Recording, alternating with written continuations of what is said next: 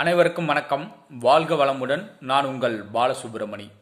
நம்ம இன்னைக்கு பார்க்குற தலைப்பு என்ன அப்படின்னு பார்த்தோம்னா, உங்களுடைய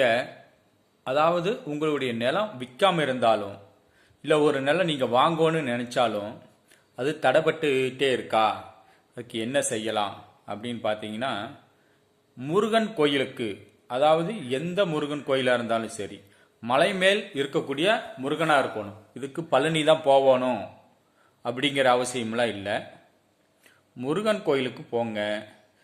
திருநீர் ஒரு கிலோவோ அரை கிலோவோ முருகப்பெருமானுக்கு வாங்கி கொடுத்துட்டு நெய் தீபமா அல்லது நல்லெண்ணெய் தீபமா ஏற்றிட்டு வழிபாடு செஞ்சுட்டு வாங்க.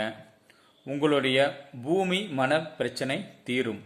முருகனுக்கு திருநீர் வாங்கி கொடுத்துக்கிட்டே வர வரைக்கும் உங்களுக்கு பூமி மன பிரச்சனை எவ்வளவு தடையா நின்றுகிட்டு இருந்தாலும் சீக்கிரம் மிக விரைவில் ஒரு விடிவு காலம் வரும். இதை செய்யுங்கள். செய்து பார்த்து அதனுடைய நற்பலனையும் அடையுங்கள். பலமாக வாழுங்கள். வாழ்க வளமுடன். நன்றி, வணக்கம்.